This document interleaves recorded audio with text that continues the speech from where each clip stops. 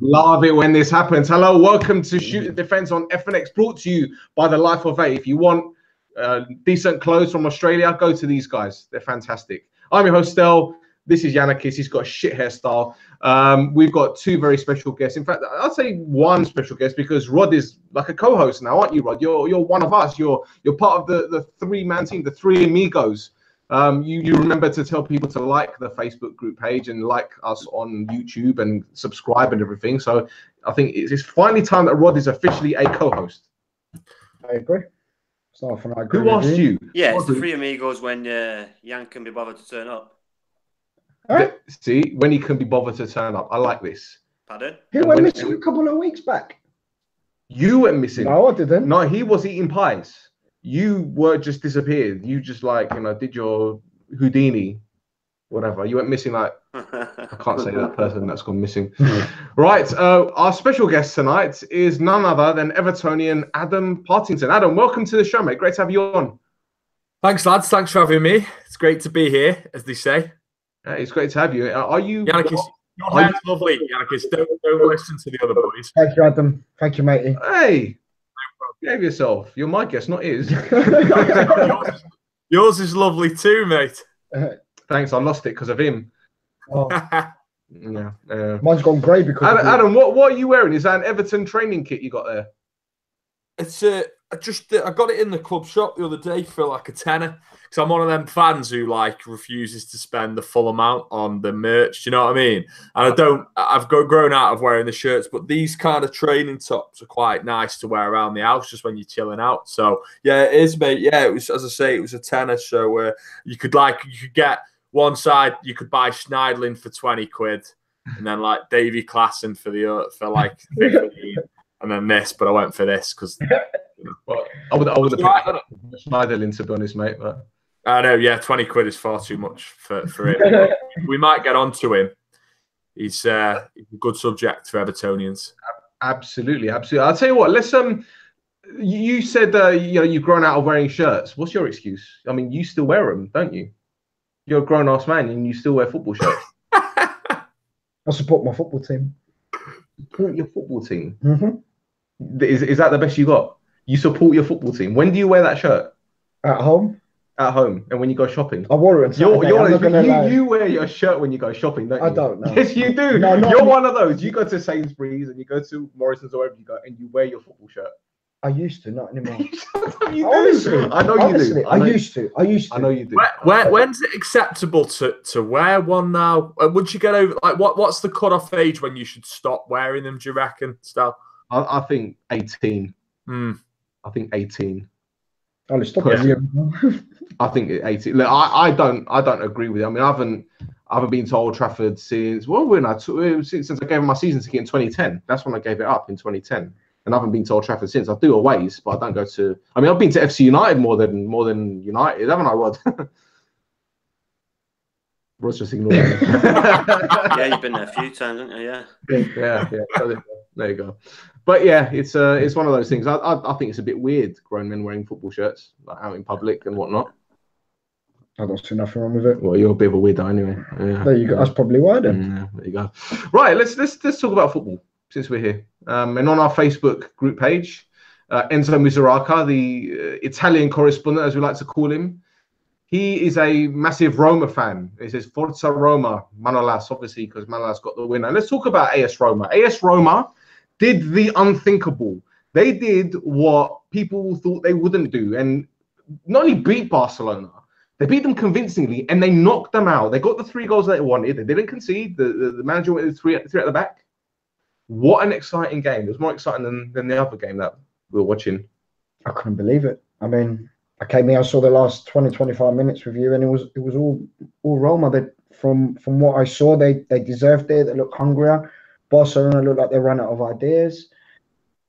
I'm in shock. I can't believe Roma, of all teams who've been, I wouldn't say struggling in Serie A, but they're 4th, I think, in Serie A. So they're not, the greatest even team in Italy. To not the club who possibly can go unbeaten in the whole of La Liga this season, to knock them out, and the fashion that it wasn't like they needed a 1-0 when they fluked it. They beat them 3-0 convincingly still. unbelievable result. Unbelievable. And who knows what they can achieve now? I mean, semi-finals, 2 legs again. If they can beat Barcelona and the confidence is all, they can beat anybody. Of course. And as I said, they got the tactics spot on. They nullified Messi, they nullified Suarez.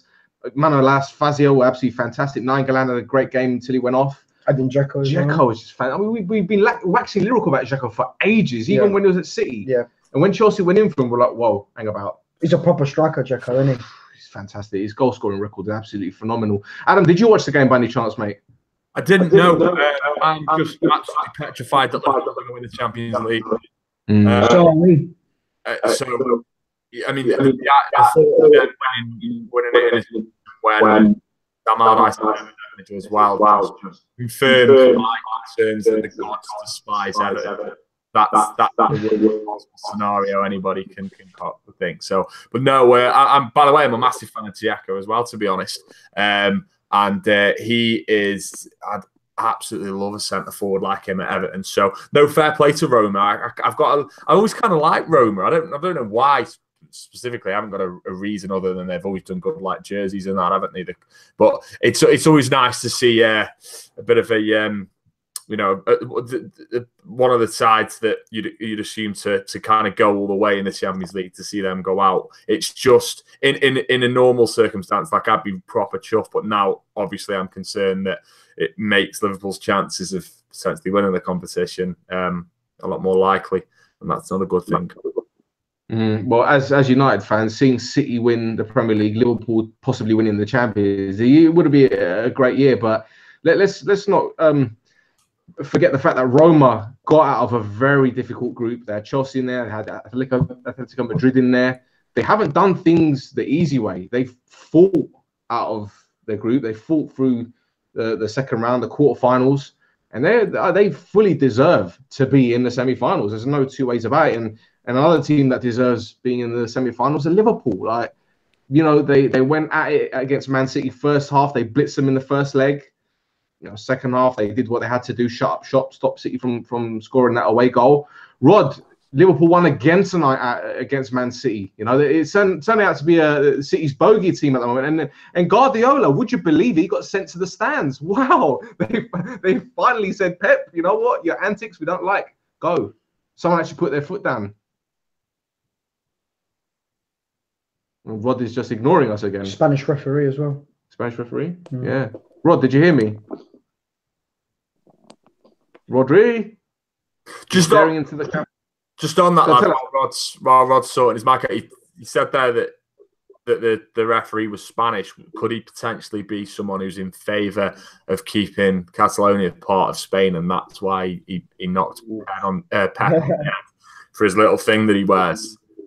No, that's not bad. That's not a bad. That's a good debate, that, isn't it? This has turned into like the InfoWars conspiracy theorist football channel now, hasn't it? This could be something. Or maybe it's the fact that he doesn't give a damn, like the English ones who let him get away with murder every week, him and Klopp. Possibly. So, he might have thought, what you doing? Off you go. Goodbye. I'm not taking this. True. Well, Sonny Pike, good friend of ours, says, I'm going to smoke shisha with Salah. We've spoken so much about Mohamed Salah this season. Ironically, he actually left Roma. And we said it before, he wasn't prolific in Serie A, but he's come here, he's banging in goals. How much is this player worth now? Salah? Yeah. Today's market, 150? More than Coutinho, 100%. Yeah, definitely. More than Coutinho. Yeah, 150 for me. Absolutely phenomenal player he's been. And Firmino is another one that we've said, So underrated.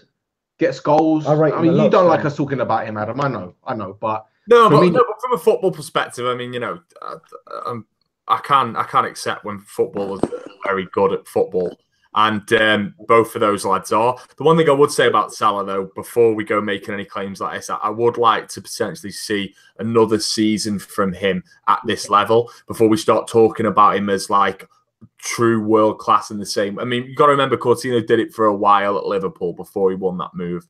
So, let's not get ahead of ourselves, I think, is all I'm saying with Salah. That's not putting anything. And I know there'll be people listening to that going, well, you've got an Evertonian on and he's struggling to give him any credit. It's not that. You're dead right with Firmino.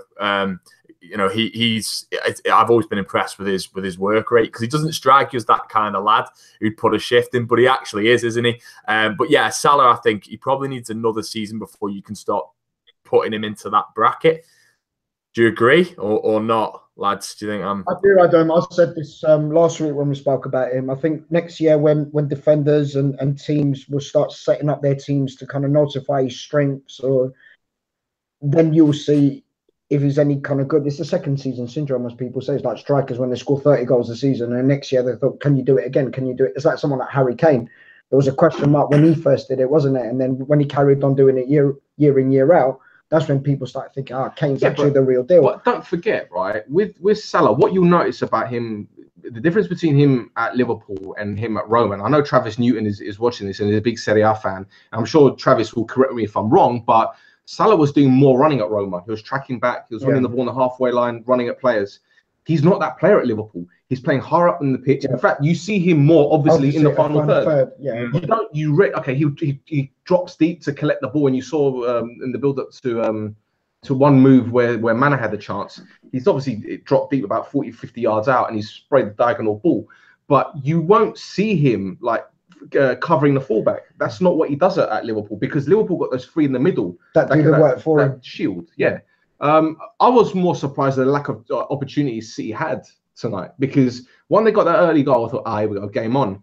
And there was that debatable decision at half-time where was it a goal, was it not a goal? Rod, did you watch the game, mate? I did, yeah. So what did you make of City's performance? Because they were poor against Liverpool in the first leg. Well, you can go back when...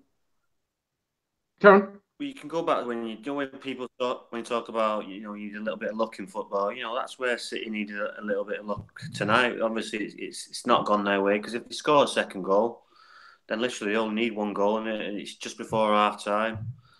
So it would have put the tails up. Obviously, the refs made a mistake, and he's obviously seen that at half time, because you see him apologising to the players at the end of the game.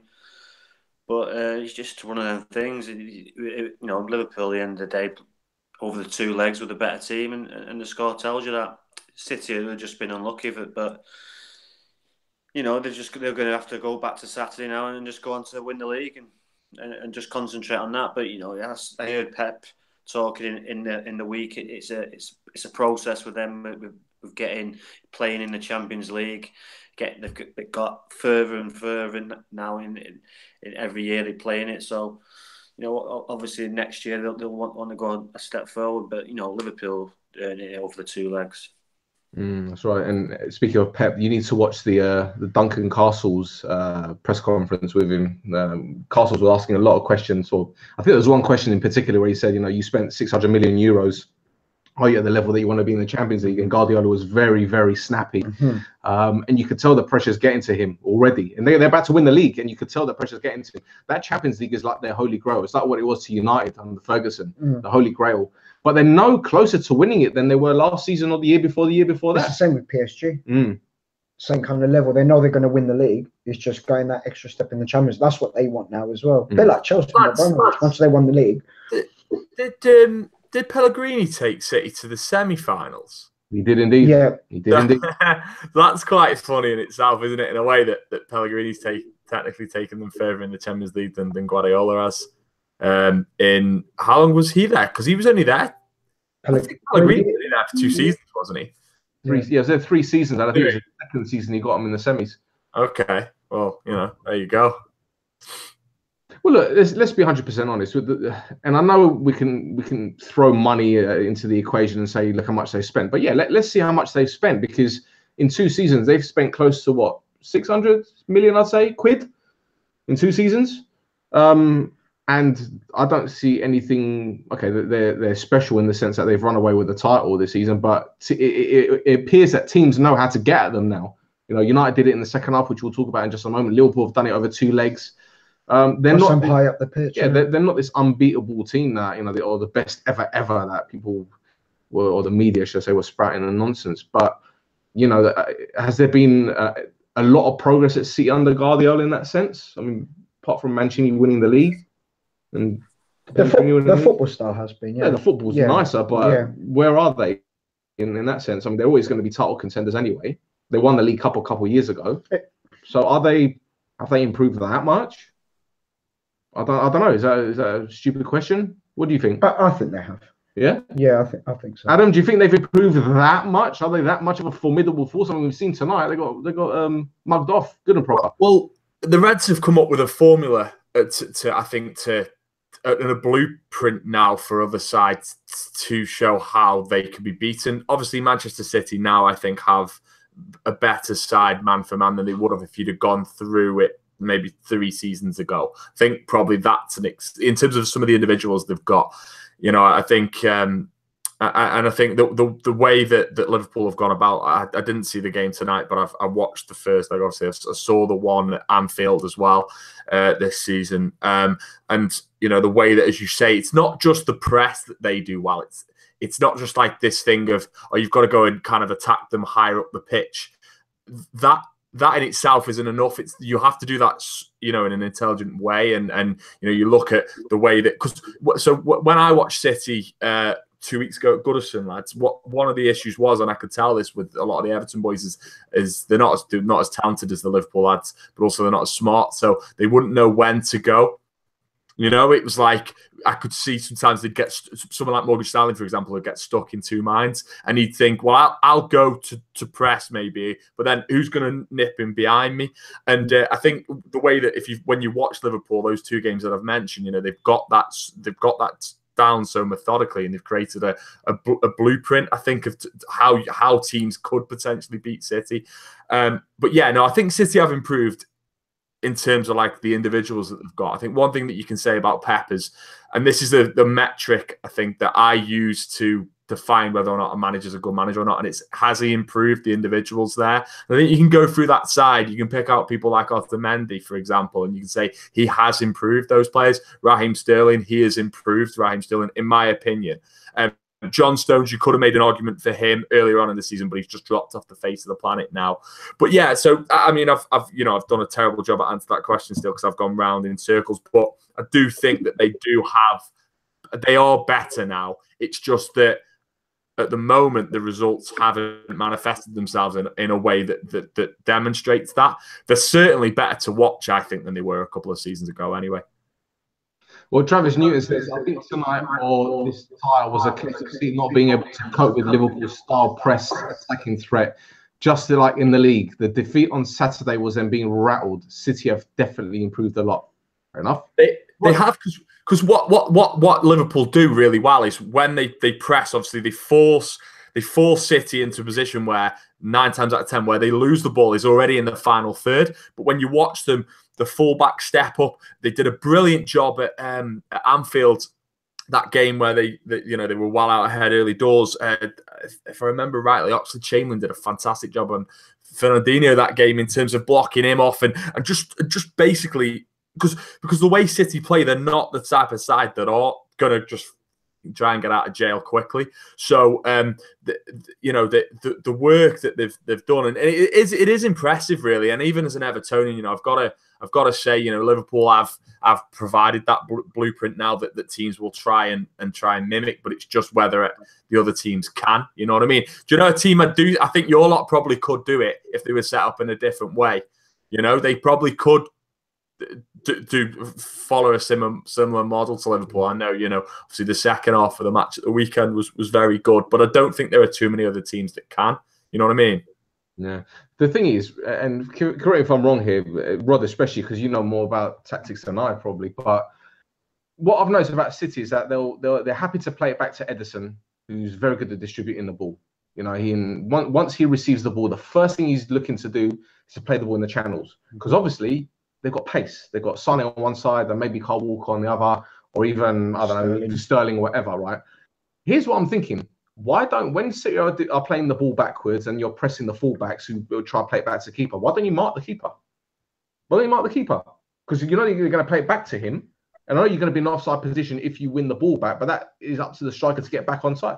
So why don't they just stick a man on the goalkeeper when they're passing the ball about? It sounds ridiculous, but is it too far-fetched, Rod? No, I don't think you could do that. At this top level, there'd always be a spare man, so that the forward could drop deeper and come into the midfield, which would leave them a bit open. So and you don't really want to do that. You'd rather just keep solid and let them try and play around you. And so it's worked most of the season, but with Liverpool, they've just obviously got City's number this year, and it just question. When people are talking about Manchester City being, the greatest team, they've not really had competition. If they had like a competition in the league, how would they react and how would they respond? Do they have them characters? Because they've had a tough week and they've not responded. I'm sure the great teams that we've seen back in the past would have responded in these moments. So. That's why I don't think that they're not really, for me, the greatest team that we've seen in the Premier League. They're still a good team, but they're only going to get better.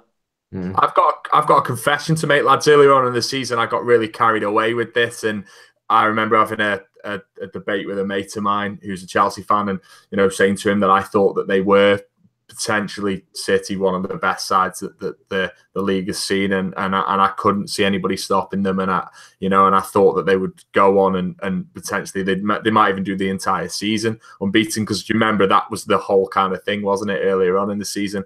But I think the last couple of weeks have shown that they've still got a lot of work to do, in a way though that's kind of good, because I did sit there on the game when they came to Goodison 2 weeks back, and I said to my old fella during the match, I said, like, can you see these guys just literally running off with things for the next couple of years, and that the competition at the top end of the league just fading away?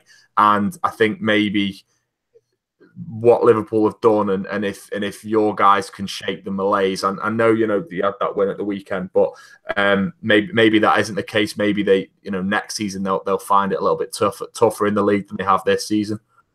Absolutely. Last week I was saying, can they improve? Where can they improve? Loads of places at the moment. Right, let's talk about Man City's dream title clinching scenario, which didn't quite go to plan at the weekend. Guardiola's men only needed a win against deadly rivals United to seal the title and claim bragging rights for decades to come. Half an hour in, and the dream was on. A City bagged 2 in the space of 5 minutes, thanks to Company and Gundogan, the man that's got half a spine. United were on the ropes, and had it not been for some poor finishing from Sterling and Gundogan, they'd have been out for the count. But this Mourinho squad has, how shall we say, balls. They got cojones, yeah. They got something. In fact, they've grown them in 2018, haven't they? It's something that we haven't seen from a United side in yonks. Since the Fergie days. Exactly. Now it was a totally different United in the second half. I mean, they pulled level with a brace from Pogba. With 20 minutes to play, Smalling of all people grabbed the winner. He was to blame for City's first, but Sanchez's free kick was absolutely fantastic, and it was an absolutely remarkable comeback. We'll be talking about it for years to come. Obviously, I know you've been looking forward to this show. That's probably why you came here hyperactive. You've had 2 chocolate bars, right? I don't know what your blood sugar levels are like. You've got a squash here in front of you. You're just like on E numbers at the moment. What are your thoughts on the game, Speedy Gonzalez? The overall game, cracking game of football, first of all. Right. Entertainment-wise, 10 out of 10. I wasn't looking forward to the show at half-time, I'll tell you that. I thought United were dreadful. In a derby, the magnitude of the game and what was at stake, might as well stayed at home in the first half. It could have easily been 5-6 in the first half, and that's no exaggeration. City were dominant. And like you said, second half, I don't know what Mourinho said to them at half-time, but you got to give him credit. They came out with a different attitude. He probably just said to them, do you want them to celebrate in front of you in the second half or hear the noise? Like I said, whatever he said, different side. There was more attacking purpose about United. And the players turned up. Pogba, Sanchez, Lukaku, Lingard. I thought Matic and Herrera second half were outstanding in there. And it shows where the fluent players, when United play a certain attacking style of football, it benefits them. And you saw that from the second half. City couldn't answer it. I was delighted. I mean, I've lost my voice because of it. I'm just recovering still from Saturday. You've lost your voice, but you're still talking. Well, see how that makes sense. You asked me a question, I'm answering, Anna. Lads, I've got a question, obviously, with you being United boys. I watched that, and I think I saw I watched Match of the Day, and that's where I've seen it. So I've only seen the highlights, and I think after Danny Murphy might have alluded to this, and it's something that I thought as I was watching the highlights as well was like, why on earth doesn't Mourinho set United up, or why don't they have a go like that more often as they did in the second half? This is probably one of them questions that's like a proper outsider's question. Like, it's similar to like when people start asking me about Allardyce. It's one of the things that you have to deal with quite a bit. But what is the reasoning behind that? Adam, may I? May I? I was going to say, funny he says that, because it was what we spoke about before we came on. It's something that I don't know what happens whenever we do a show. It's almost as if the guest that we have has got a bug in the house. What it is, CIA, I haven't, I promise.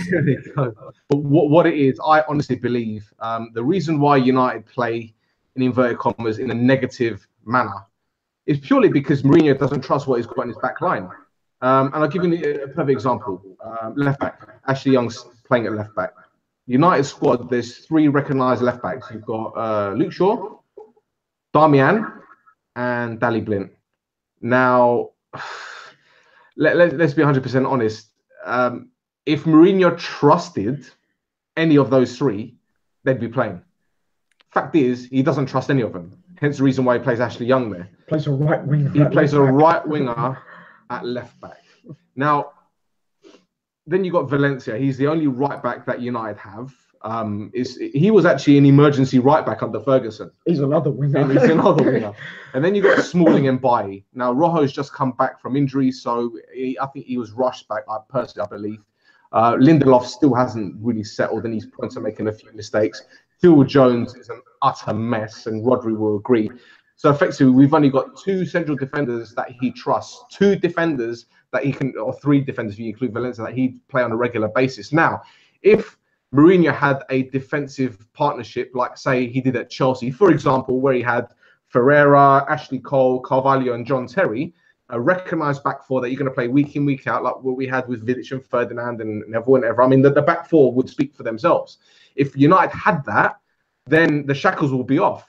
But he's not happy with what he's got in front of him. Hence the reason why he's prone to playing Matic more defensively. Matic will be getting further forward if Mourinho could trust his back 4, but he doesn't. And I'll turn this back to any United fan that is listening to this that disagrees with me. How many different defensive combinations have United had this season? How many different combinations? You've had Rojo with Bailly, you've had Rojo with Jones, you've had Rojo with Smalling, Lindelof with Smalling. It's like a Rubik's Cube. And that's the problem that United have had all season. Like, beginning of the season, we were blitzing teams, but that's because we had a settled back line. He was able to play players further forward. But injuries and stupid mistakes has led us to do that. Granted, the City game, if it was 0-0 at half time, I'm pretty certain he'd have stayed with that system. As it was, yeah. He'd have stayed with that system. But we're 2 down. And he said, go for it. And we've gone for it, and we've reaped rewards. That's the best explanation I can give you, in my opinion. Rod, do you agree, or have you got any other reason why Jose kind of doesn't play an attacking formation every time? Rod's fallen asleep. Rodri. Oh, was that question for me? Yes. I don't see I've never watched a Mourinho side over the years and thought that was beautiful football, a great game of football. I've just never. Everyone's got different.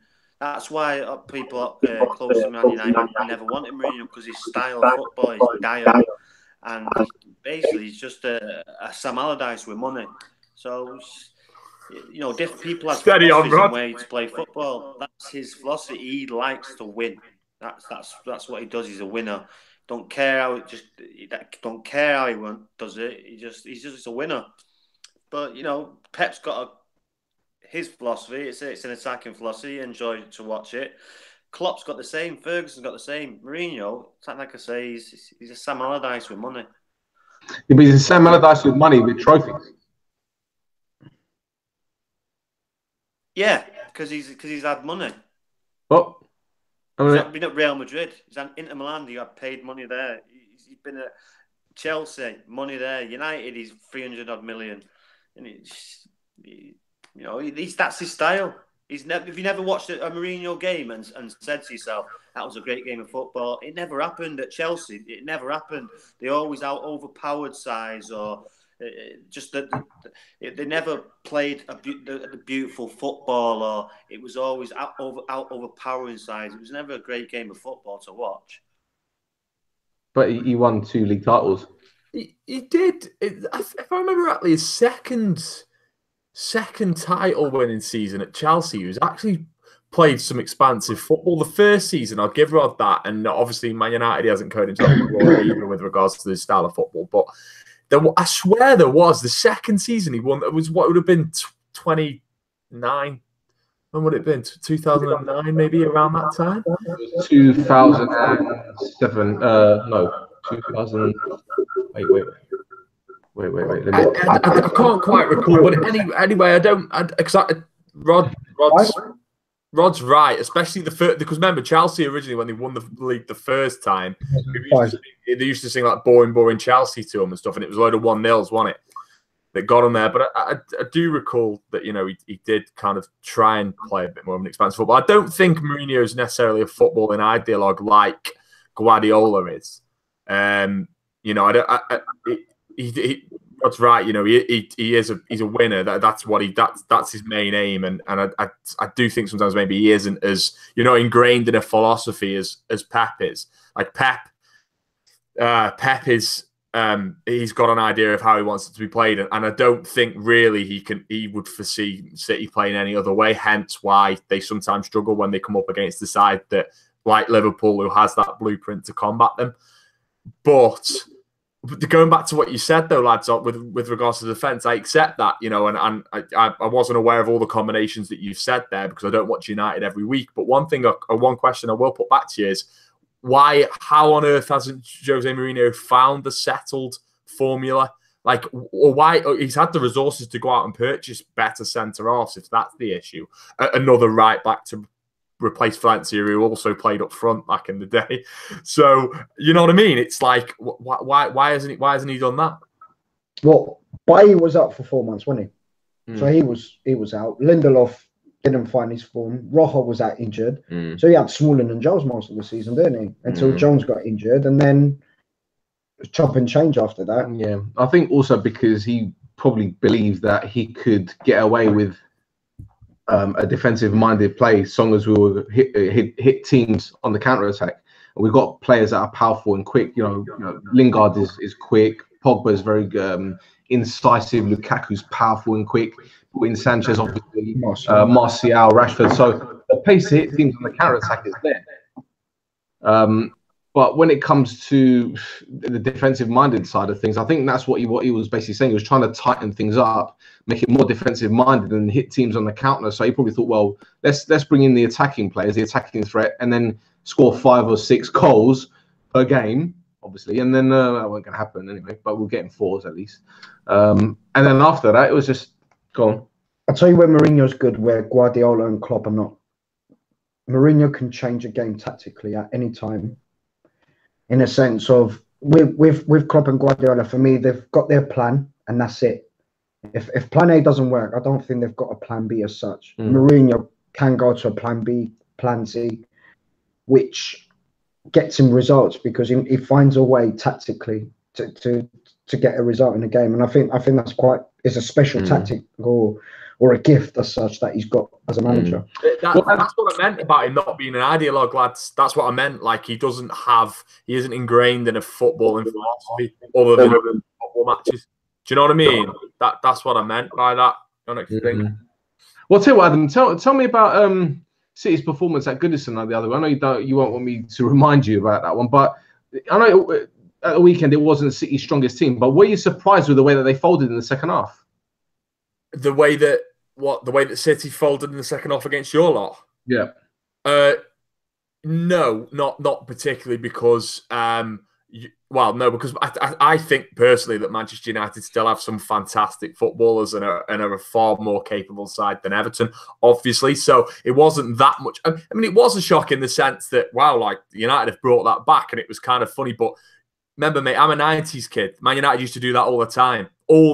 So it's not like I'm looking at it going, wow, that's crazy. In fact, I did a tweet during the match when you were 2-0 down, and I just said, you know, I was trying to basically make Evertonians feel better because I said, like, you know, when I was a kid, it's the idea that City would beat Manchester United and then go on to win the title in the same match would have been just ludicrous. However, it's not these days. So no, I wasn't. But some observations with regards to how City, when they came to Everton, they got a very easy ride, which is typical of Everton this season. But they were just too good for Everton. It wasn't so much that we were dreadful, although we weren't good. It was just that they were so good. Example being second goal. I said to the old fella, look what Everton have done now. They have tried to press the fullbacks, so your man in goal can't go to that direction. What did he do? He looped it into the centre of the park. Sane picked it up, looped it over Rooney's head. Before you know it, Jesus is nodding it in, and it was just like. And I sat there, and a few lads around me started to go wild as people do at the football. And I just said, there's absolutely nothing Everton could have done there, even if they wanted to. But Everton did give them an easy ride, and you know, they were terrific to watch as well. But it was a bit of an exhibition match for them, lads, to be honest with you. Absolutely. And Rod, we spoke about the game in great detail on Viva Red Army. Great podcast. Check it out on YouTube and FNX and iTunes. Absolutely. As you know, what do you mean absolutely? You don't listen, do you? Not telling you. You fool. Right. Yeah. So what was I saying? You see, you make me lose my train of thought.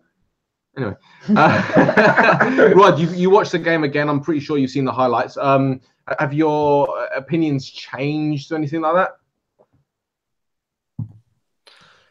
No, I didn't. I was surprised how many chances City missed in the first half. You know, I forgot about Goodwin, whatever his name is. He had a header on the 6-yard box that he should have scored, and obviously Sterling. But you know, you go back to the manager. The manager's made a decision to play Sterling where he did. If he plays Jesus or Aguero, they put them chances away. And you know, and with the third goal, the defenders are way too high up. It's you know, it's inviting the cross that they scored with. So maybe that needs a little bit of adjustment. And, you know, you say that they folded, going back to what you just said to Adam, folded in the second half. I don't think they folded. I think United had a good 15-minute spell. And, you know, arguably, really, United should have had a penalty against them. Arguably, or even possibly a red card. It wasn't the best of tackles, but, you know, they had the luck on their side, and they had a good 15 minutes and City come back in the game. But, you know, as we see in the first half, City should have put that game to bed. And you know, Pep Guardiola's missed a massive opportunity there because, you know, if City win that game and win the league there, this is something that you would, as me being in Manchester, would never, ever hear the end of. So, you know, he's missed a big opportunity for his fans and for everyone involved in the club. And now he's ultimately got beat in the Champions League as well. So it's been a poor week for him. And a good week for us. They'd have made a statue of him and Francis Lee, wouldn't they? And you know, there'd be they have their own trilogy, wouldn't they? They have Bell, Lee, and Guardiola. Oh, you wouldn't at the end of it. You still hear about the 5-1, and that was 30 years 9. 30 years ago. Can I just mention one more thing? Mention one more thing. David De Gea save. Outstanding. World class. Outstanding. With right hand. Fantastic. He's great, isn't he? Where would we be without that guy? I'll tell you. You know, whatever he wants, I don't know if any United kind of directors or whatever are listening, offer him a contract. Let him stay. For someone that's lost their voice, you really talk a lot, don't you? Yeah. Jesus Christ. Right, the second big game of the day was at Goodison, where Everton looked to win their first Merseyside derby since 2010. Adam, last Wednesday, we were tweeting each other, and you said that you were worried that Liverpool might rip Everton apart. That didn't happen, but are you disappointed Everton didn't get all 3 points? I was just going to say, this is the bit where I log off. Lads, I was absolutely gutted at the end of the game. I do, for Grand Old Team via our Twitter, I do like a post-match like reaction. Think Arsenal Fan TV, but without the mentalists and with Scousers, as opposed to Rude Boys. And and we were all saying the same thing. You know, we were all just so gutted because 17 games, right? However bad it got for City when you all lot were wicked, it's you know, I don't think it was ever that bad. So 17 games, bear that in mind. Bear in mind the fact that that was sandwiched between 2 massive games for the Reds. Bear in mind the fact that they made 5 changes. And bear in mind the fact that we had 2 clear-cut chances at the end of the game to win that and put that horrendous record to bed. And we didn't take it. And it's been a really, really horrific season. And honestly, boys, like, as an Evertonian, you don't get a lot of joy, to be honest, because I always feel with us, you know, what makes it being an Evertonian slightly worse than maybe being a Notts Forest fan, say, who were a decent sized club and then dropped, is that Everton get close to being all right, and then the rug gets pulled from underneath our feet again. You saw that in the summer. You know, the investment, everything was the future was looking bright. Wayne came back. Yes, all good. Everything's going to go fantastically well, and we're going to finish the season again with this horrendous derby record and the fact that Sam Allardyce is going to be our manager probably come the last game of the season. So it's been horrific. But, you know, regarding the game, still, it's one of them. It was very, very passive for a long proportions. Not that what you would expect from a Merseyside derby. Everton had the chances at the end, and Rod's gone to sleep. Everton had the chances at the end. There he is. He's back.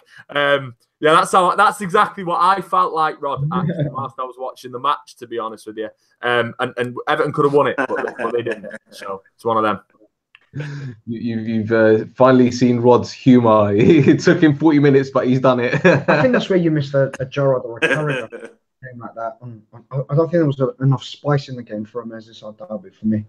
No, you're right there. I mean, obviously, I don't miss Steven Gerrard, but you're right. There wasn't enough. Yeah, but someone like that's a perfect game for someone like Wayne Rooney. You know, I said to my old fella before, I said while we were having a pint, I said Wayne hasn't got too many opportunities to show his worth in a Merseyside derby left. So this is a good one today, and you know, again, we didn't really see a good performance from him. So yeah, it was disappointing. What was that, Rod? Yeah, you know, in derbies, the fans they don't really want it. Sorry, with the derbies, you know, like you're saying it wasn't particularly a good game. Fans don't really care about that. They don't care about who win, and we'd have 2 opportunities, especially the Calvin Lewin one. You just expect him just to hit the target, and yeah, it's just they don't really care if that goes in. Who cares how they played? They won 1-0, and they can take the mick out of the fans and your mates. But yeah, it just wasn't to be. Yeah, no, you're dead right.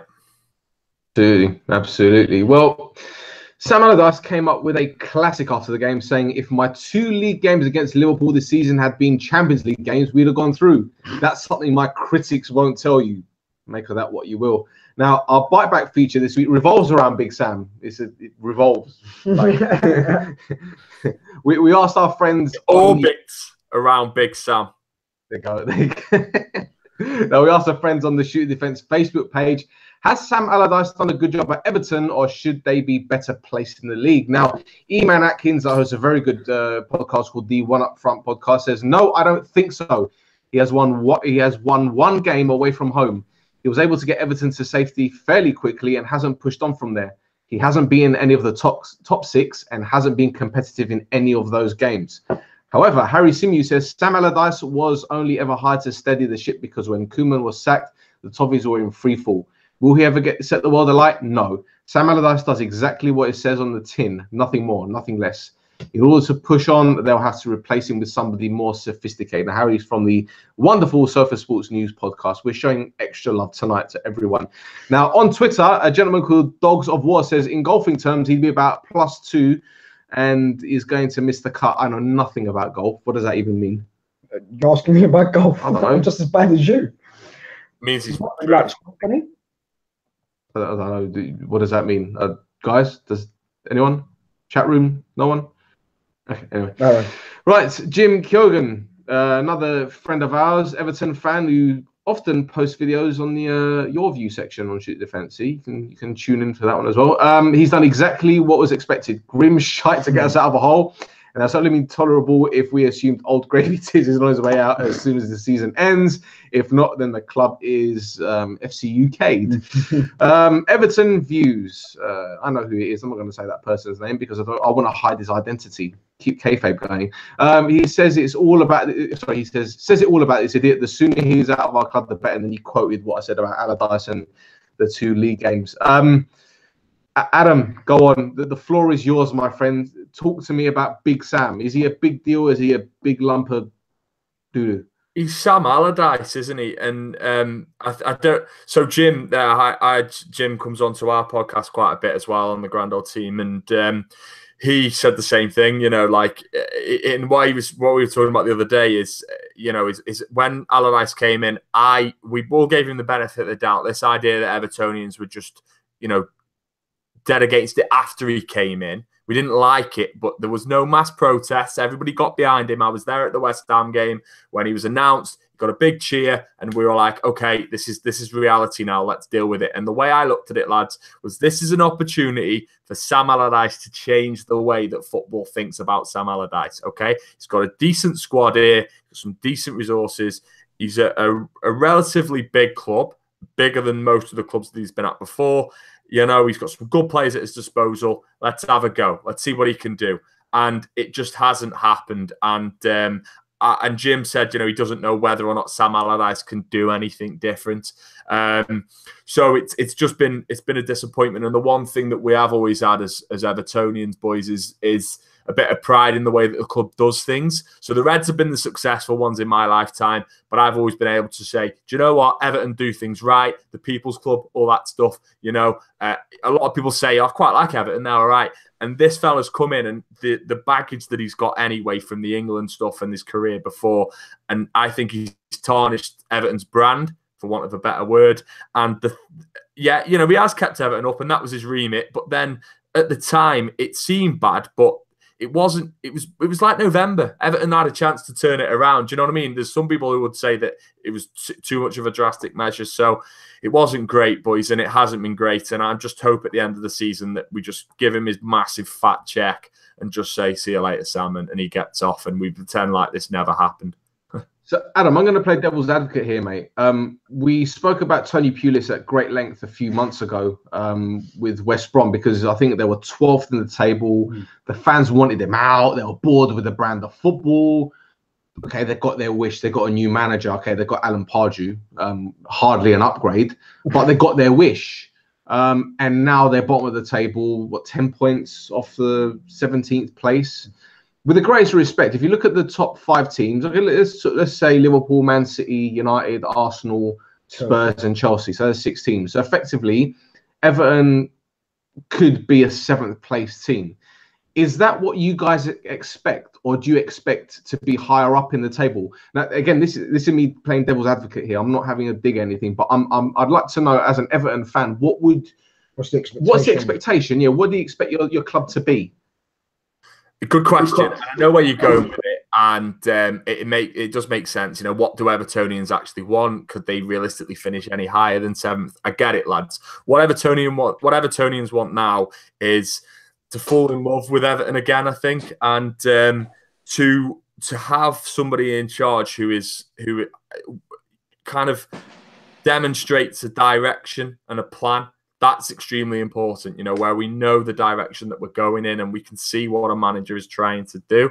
And somebody who can re-engage and we can get that, as I say, that rapport back with the players and with the manager. I think, you know, in the immediate future, as long as we can see where the club is going and the direction it's going, and as long as it communicates that to us successfully and we can see what's happening.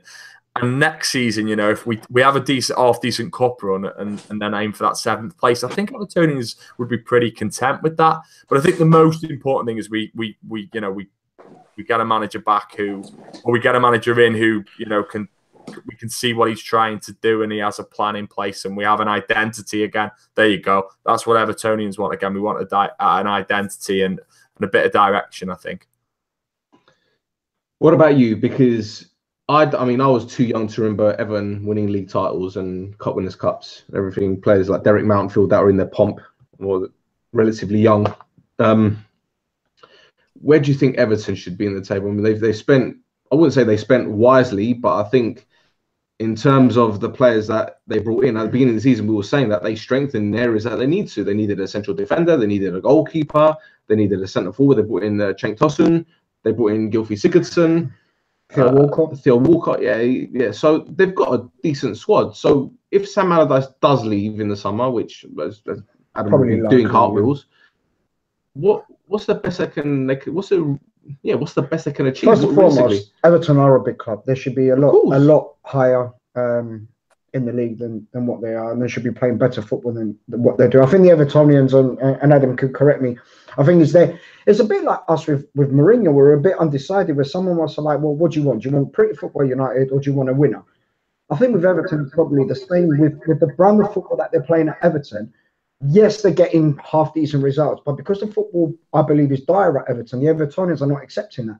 So I think they're a bit 50-50 with Allardyce in a sense of how I think we are with Mourinho at United.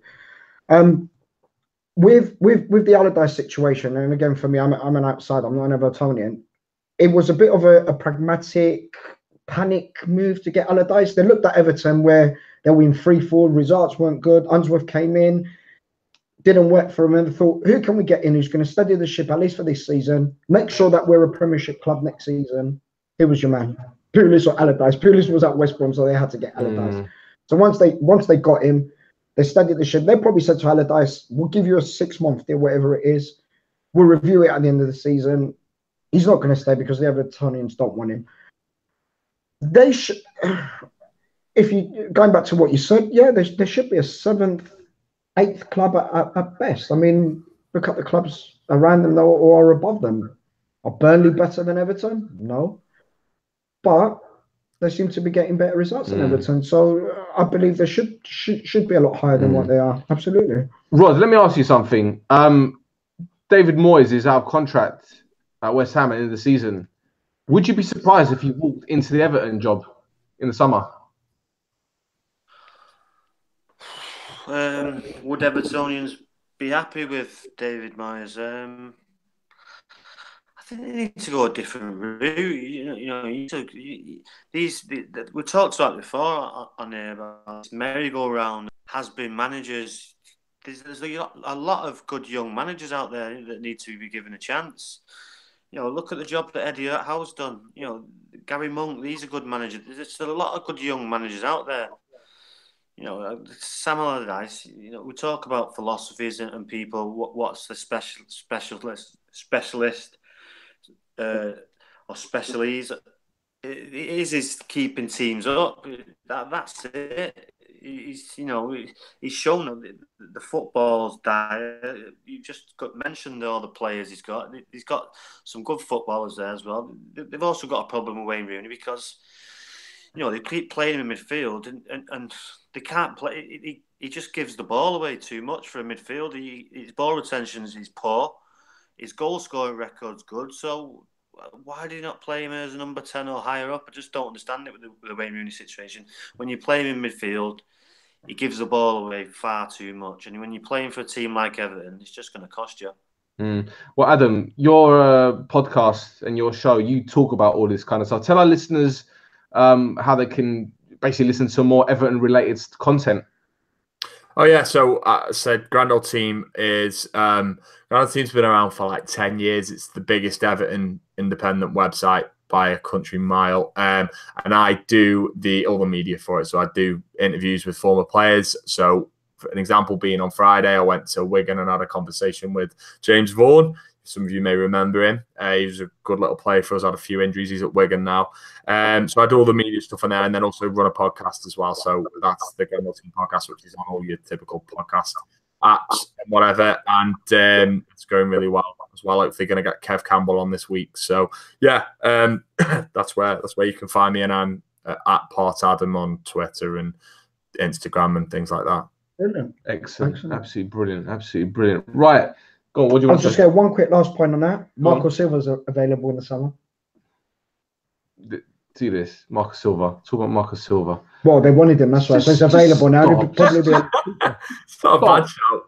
Last week he's comparing Ronaldo's goal to Peter Crouch's, and this week he's talking about bringing in a manager that's just putting teams in the bottom three. I mean, honestly, stop it. You know, the biggest problem with Everton is when you lose a striker like Lukaku, when you lose 25 goals guaranteed, it's a massive problem. It's a massive problem because, you know, goals change games, and obviously they've had a problem there with the striker situation. And they've not replaced Lukaku, and that's the big problem there. They should have replaced him with at least a recognised. They got enough money for him, and they obviously didn't do that. They replaced him with a lot of number 10s, which causes its own issues. And so, you know, the board and the Koeman at the time should take some blame for that, because you've got to replace a player like Romelu Lukaku. Well, I've got a soft spot for Everton because, you know, Fran Alonso is a good friend of the show. He's been at Everton for a few seasons now, and, you know, he's working his backside off. He's happy with the backroom staff at the moment. He said it's a fantastic atmosphere. So let's see if they can kick on. But let's talk about the other teams that are languishing down at the bottom of the table, and time is running out for them. Go on, Rod. Sorry, mate. Yeah, I remember Everton back in the day. You know, the fantastic sides, the Graham Sharp, the Kevin Radcliffes, the Neville Southall. They were a fantastic team in mid-80s, and it's just a shame to see them, you know, where they are, because they are a fantastic club. And as you say, the people's club of Liverpool. And you just want, they are good fans, and you just want better for them, really, because, you know, they've been through the mire over the last 20-odd years with Liverpool winning the Champions League and winning a couple of other cups. So, you know, they're due another cup, and, you know, the last cup they won was, when was it? 1995. They beat us in the final. I remember. I think I was there. Yeah, so it's a long time now. Yeah, beat us 1-0. Right. So while the teams at the bottom of the table are losing games, others aren't capitalising on them. Southampton and Stoke lost against Arsenal and Spurs respectively, while Palace failed to hold on to a 2-1 lead at Bournemouth. Josh King's 89th minute penalty earned the Cherries a point. Now, Rod, Southampton showed some fight at the Emirates, at least. They could have actually nicked the point. Now, when you look at Palace dropping points, when you see him dropping points against teams like Bournemouth, especially with like a minute to go, surely that must give Mark Hughes or Leslie Hughes' men some kind of motivation.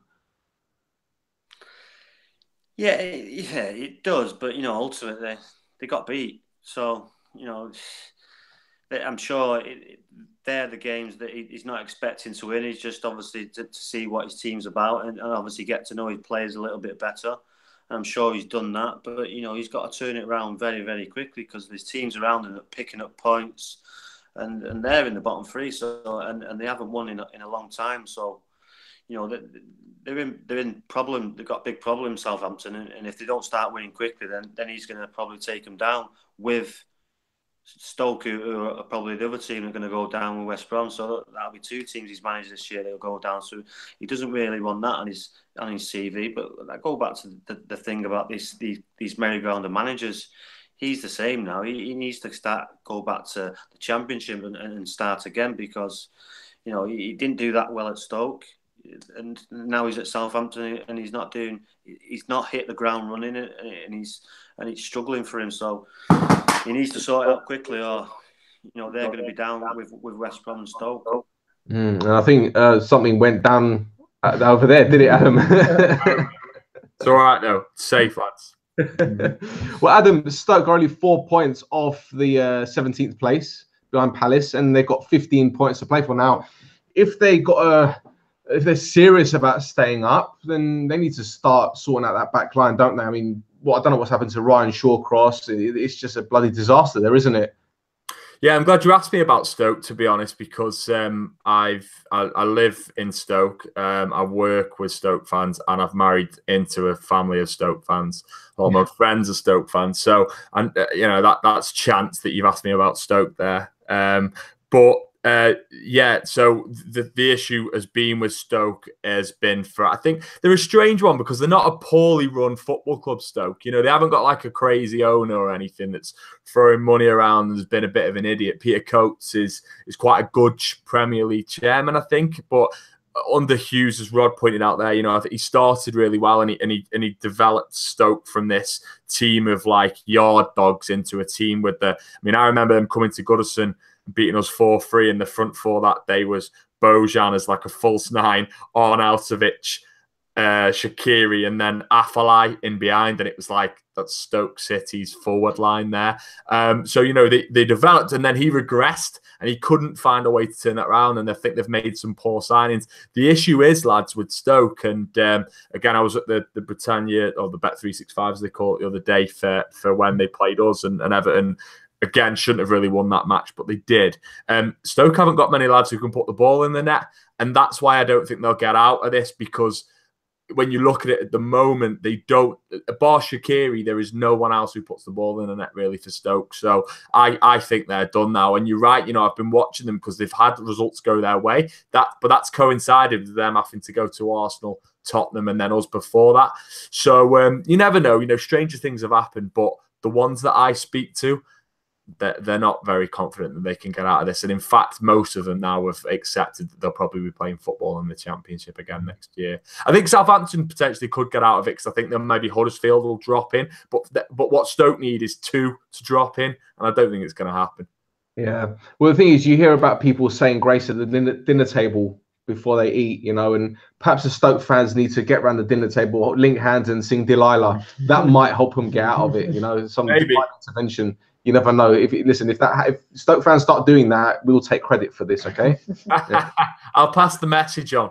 There you go. Sorted. Right, Newcastle got a very good win against Leicester City, who seem to have the deck chairs out, and that central defender that everyone was saying is the next best thing. I forget his name. What's his name again? The England international guy. Yeah, him. Brexit guy. Yeah. That wasn't it. That wasn't his fault. That was the other one's fault. Morgan's. Well, they're saying that Maguire. He's a superb defender. That's the next Bobby Moore, and I think he's got his factor 30 out at the moment. He's ready to go on the beach. Rafa Benitez, though, I don't think he's getting the credit he deserves. I mean, if you look at them at the moment, right, he's been working on a shoestring budget. He's hardly had anything to spend, and when you got someone like Mike Ashley there, who, let's be honest, he's a bloody clown, right? Newcastle are 10th. They are 6 points behind Burnley. It's remarkable. I can't like say anything bad about Benitez. He's one of the managers of the season for me. Absolutely. Like you said, but we touched on this earlier on in the season, didn't we? About Newcastle and Benitez. He's tactically he's a shrewd manager. He gets the best out of his players. He knows it's a championship team. It's a championship team, and who have they bought? You got Hosselu and Atsu and play and Kennedy on loan. Kennedy's been a revelation at Newcastle since he's been there. But it just shows again he's picked little players here and there, and he's fitted them into like his philosophy. And look, Shelby can play too. Shelby can play, yeah, that's right. Shelby can play, that's right. And if you look at defensively, they're not great, are they? But you don't see Newcastle getting whacked 4s and 5s every week, do you? To be fair, and again, credit to him as just. I'm going to be mischievous here. Adam? No. I was just going to say that. I was going to say perfect. You know what I was going to say, right? What, Benitez to Everton in the summer. No, I think Rafa Benitez is a very good manager, but he's a Liverpool man, and that is the last thing Everton need at the moment as a fan base, is for someone like Rafa Benitez with his baggage to come in. That's not me saying that he's in a fantastic manager, and if he wouldn't have the history with them, then fine. But he's a Liverpool man through and through. He went to Chelsea. He saw this pride, and he went to Chelsea, and they don't get on with Liverpool, so I can't. Evertonians wouldn't want him still. No, it'd be the worst thing in the world, mate, for us at the moment, because the fan base again. If he came in and lost a couple of games, it's already toxic enough. We need somebody who the fan base can unite around, and that would be straight down the middle. And also, some things within football, we've got to remember what this game about. It's about rivalry, and he's a very good manager, but there's lots of good managers out there. Rod listed a few of them, so yeah, we don't need to do that. What about Slaven Bilic? Did you have him? What about you'd say he'd be a good fit as well. What about the old Chelsea manager, the old Milan manager? What was his? He's just moved to London. What was his name? Ancelotti. What? He'd be a perfect fit for Everton. What about him? Would you take him? I would do, but I think we've got to be realistic as well, to be honest, Rod. And I can't see someone like Ancelotti rocking up at Everton. I think we are looking around the level of Marco Silva, or I mean, Fonseca seems to be getting the nod for a lot of people. The fella at Shakhtar. I like Eddie Howe, but I don't think that again he's quite ready yet. So yeah, it's probably going to be Fonseca. I think is going to be the #1 candidate just because of the job he's done at Shakhtar and the fact he says he wants to move to the Premier League. But too much baggage with Benitez, I'm afraid. Stella, again, he's a terrific manager, and if he wasn't him, I'd be crying out for him because he knows the Premier League inside out. But I don't think it'd be a very good appointment, to be honest. Fair enough. See, devil's advocate. Sorry, I can play it twice. Right. In other news, West Brom's proposal to introduce safe standing next season has been rejected by the government, a decision that was described by the club as disappointing and short-sighted. Now, gents, I'm all for safe standing. It works for Germany. It works at Celtic. They've had it a safe standing area for a while now. I mean, let's say it like it is. Fans stand at grounds, and we've seen it everywhere. At St James's Park, fans are in the heavens. They're high enough to sky jump. What are your views on safe standing? I know it's a touchy subject in Merseyside, Adam. I know that the spirit of Shankly are actually all for it at Liverpool. What about Everton fans? What's the general consensus about safe standing? Probably the same as Liverpool, where there'll be maybe some of the older lads who aren't too keen on it coming back, but a lot of the younger guys now. I think football's moved on, hasn't it? I think if it was policed properly, the football clubs know who's attending now. Tickets are already bought most of the time. It's not like it'd be policed properly and managed, and I can't imagine that you would have the same issues that you had in the 80s. But it's right to flag up that it's maybe a little bit more of a sensitive issue on Merseyside than it is in other places. But I'm with West Brom on that. I think it is short-sighted from the government, and I think as long as it can be proved that it's policed properly, then why not? Because it would improve the atmosphere at Premier League football grounds. Because let's be honest, most Premier League football grounds now, the atmosphere is pretty poor. Like it's a poor atmosphere. A lot of people just sitting around and talking, and so anything that improves that, I'm all for, to be honest. Rod, we've seen at events and concerts how standing hasn't really been much of an issue. Why can't it work in football? I mean, we've seen it in Germany, as I said. They've got the rail seats, which are absolutely fantastic. I don't see where the problem lies. What's your stance on it, mate? Yeah, it's a tricky one, really. I'm sure, obviously you've got to look at the health and safety issue, but obviously if it's high up, it's not the best of ideas. But I go back to when I started going to Old Trafford in 91, 92, and them some of the best times when I used to stand in the Stretford end, and we'd be dancing and we'd be singing all game. Obviously, we did that still in the years to come, but it wasn't the same atmosphere. And you see it. You obviously seen videos of the United end on Saturday when we scored the third, and there's people lying underneath seats, and that's a danger in itself. But I'm sure if it was obviously supporting barriers, it could be properly policed. But yeah, there wasn't an issue when we was in the Stretford end as kids in 91, 92. It was packed. It wasn't dangerous. And obviously you've got to police these things, but it makes the ground so much better in atmosphere. I don't know why, it just does, but I'm sure it's just a matter of time before the relevant people come together and have it sorted out, because it'd be for the better for the game anyway, as long as it's policed right, and obviously the health and safety issues are up to standard. Right. You? I'm with the guys. I agree. Anything that can improve the atmosphere at grounds, then I'm for. As long as it's safe and it's policed properly, as the guy said, then yeah. Clubs will be thinking they can get more people in. They can get more people in, which could lead to lower prices. But having said that, how much of a percentage do clubs make on match days in comparison to, say, a sponsorship deal with Yokohama Tires, for example? It's minimal. So it's not really to the club's benefit to introduce something like this. That's probably one of the reasons why they're not really going for it at full pelt. But let's move on and let's talk about. Well, we've spoken about derby weekend. It was wacky weekend in Europe. Udinese's players wore 11 different shirts from different seasons. Now, the idea was to auction them off for charity, which I hope went well. Mate, Udinese lost the game 2-1 against Lazio, a team that's really, really impressed this season. Their win puts them ahead of rivals Roma in the table, but Enzo said earlier they're joint level, but whatever, goal difference, whatever. Now, Simone Inzaghi is another manager who seems to be working miracles. It's done really well, hasn't it?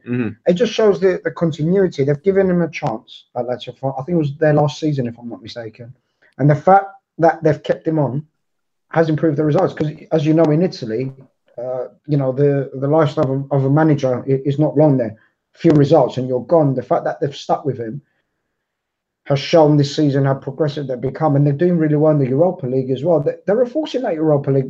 Lazio are no mugs. They've got really good players. I mean, Immobile is one of my, I like him. He's a proper goal scorer. He's I think, is it 32 goals or something like that this season? A player United are linked with as well, Milinkovic Savic in midfield. He's a terrific little player. And they've got players like Felipe Anderson, who doesn't start, who comes off the bench and makes an impact. And they're a good side, Lazio. And credit to Inzaghi because, like I said, Lazio gave him the opportunity. He was a bit of a rookie as a manager. And, I know he was an ex-Lazio player, but he did better than his brother. Absolutely, goes without saying, but he's done really well. Deserves a lot of credit. And again, with a small budget, Lazio as well. That's right. Now in League 1, something Paris Saint-Germain, something 14 points clear, something we already knew. Boring, right? Well, let's thank Hatem Ben Arfa for entertaining us just a tad. Now, the former Newcastle man hasn't played for Paris Saint-Germain in a year. So to mark the anniversary of being shunned by Unai Emery, he posted a photo of himself on Instagram with a cake and the lit candle celebrating a year since the last time he kicked the ball for the club. Now, the caption was absolutely superb. Happy birthday to me, celebrating 1 year in the cupboard. Rod, as someone who knows a thing or two about getting bites, as far as trolling your own club goes, this is pretty epic, isn't it, mate? Yeah, we know about his character. He's a bit of a character, this Ben Arfa. He likes a pizza, likes a burger as well. Goes up and down. He's a good player though, but I just can't. As a football player, I don't understand why he's been there for a year and not played. If I'm not playing for a month, then I'm either out the door. I'm asking why I'm not playing. So you got to question his mentality to be at a club. Don't care who it is. Don't care where it is. What club? If you're not playing, it's a short career to be out for a year and not play a competitive game. It is banter though. It's good banter from him. But if it was me, I wouldn't have gone down that line. I'd be banging the manager's door down. He's on probably 200k a week, isn't he? Yeah, he's out of contract in the summer though, but he's another wasted talent. Attitude. Exactly. Gorkuf was another player. Taarabt was another player. Like all the ability. Ravel Morrison. Well, he's playing in Mexico. Wow. Pachuca, yeah. Playing in Mexico, and he's just announced that he's going to be playing for Jamaica, I think, at international level. Oh yeah. Maybe there's some way back for Ravel there, but yeah, he's probably the biggest one out of all of them, lads, because to have some of the praise that he had from Ferguson and then to waste that, I just worry sometimes for these lads if they're going to wake up at 52 and go, "What on earth have I done?" Rod, why? I don't think he will. He's not the type of character that Ravel. He's just. I don't think there's much there, to be honest. But yeah, to praise, like you say, for him to be probably the most talented player to come through Old Trafford, it's a big praise. That. Yeah. That's right. And Adam, Fernando Torres, he's announced he's leaving Atletico Madrid at the end of the season, sparking rumours of a possible move to MLS. I think that LA franchise are after him. They've got Carlos Vela as their, what do they call it? The designated player, or what do you call them these days? BP or something. What is it? The Americans have got some mad name for it. Yeah, it's most valued player or something like that. Something like that, Marquee or something. I don't know. Is he one of the best strikers we've had in the Premier League? I know you won't like me asking, but is he? I think so. Again, 2007, 2008, maybe a little slightly bit earlier, Fernando Torres was. I mean, the Premier League has been graced with some outstanding strikers, hasn't it? But I think probably, I think there's probably a case to be made. Maybe not the best, but certainly up there. I haven't really kept too much of an eye on him at Atletico, but I think he's done relatively well, at least he started okay there. And then he's just going to go and win that massive move and go and live in LA for a little bit. So. Or wherever it is you said. So fair play to him. But I think again scored plenty of goals against Everton. But on his day, he was terrific, wasn't he? So I could see him in China still. In China, what with Carrasco? Carrasco, Iniesta, maybe in the summer. Well, we could. Well, we said in the past we could see Wayne Rooney in China, but it's more like a Chinese takeaway shop more than anything. I can't see Rooney in China. No, I don't think so. Rooney will do at Everton, and then he'll just call it a day. I think. Yeah. I don't even think he'll go to the States. Well, see, this is the thing, Adam. I wanted to ask you this. I remember when Wayne Rooney joined Everton or rejoined them. It was like the prodigal son has returned kind of thing. There's a big hoo-ha about him. I know as a United fan, I wasn't too fussed about him leaving. He'd lost a couple of yards of pace. He didn't seem that interested. He started well at Everton, didn't he? He scored that goal against City. He was putting in 110%, but he seems to have proven us right in that sense. What do you make of Wayne Rooney's first season back at Everton, and will he be there for much longer? I hope so. Rod mentioned earlier about him playing a little bit further forward. I disagree. I think Rooney, where we've seen the best of him, and I know Rod's coming at it from a United perspective, but from an Everton perspective, we've seen the best of him when he's played in that deeper role. The West Ham game, when he scored that terrific goal, the 4-0, when he hit it from outside the box, that game he played a little bit deeper, and that's where we're actually seeing the best from him. So I hope he hangs around. I think the key is with Wayne now is that he's played far too much, lads. He's played far too much. Again, my understanding was that when Wayne Rooney came in, that he was going to be used as sporadically for the big games, maybe for 70 minutes, and then we'd play him against some of the littler sides if we needed someone to come on and with that creativity. But for me, he's played far too much.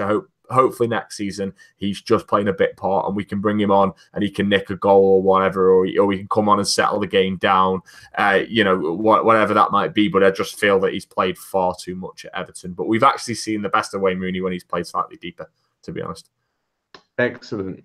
Have you got any funny stories like you had last week? Because you did really well yesterday with the Greek one. I did, I know. Yeah. Anything this week? I haven't got anything this week. Wow.